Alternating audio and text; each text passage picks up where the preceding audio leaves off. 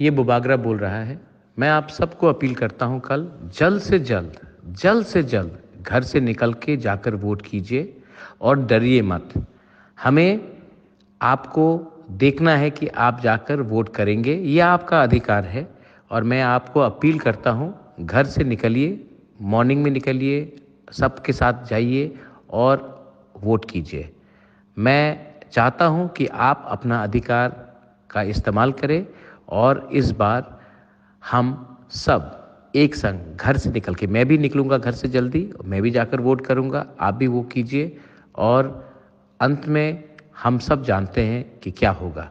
मैं आप सबको शुभकामना देना चाहता हूं and I wish you all the best, but please come out of your house early and go and vote. This is your right. और झगड़ा नहीं होना चाहिए, शांति से होना चाहिए, क्योंकि अगर झगड़ा हुआ तो नुकसान हमारा स्टेट का होगा, हमारा छवि का होगा।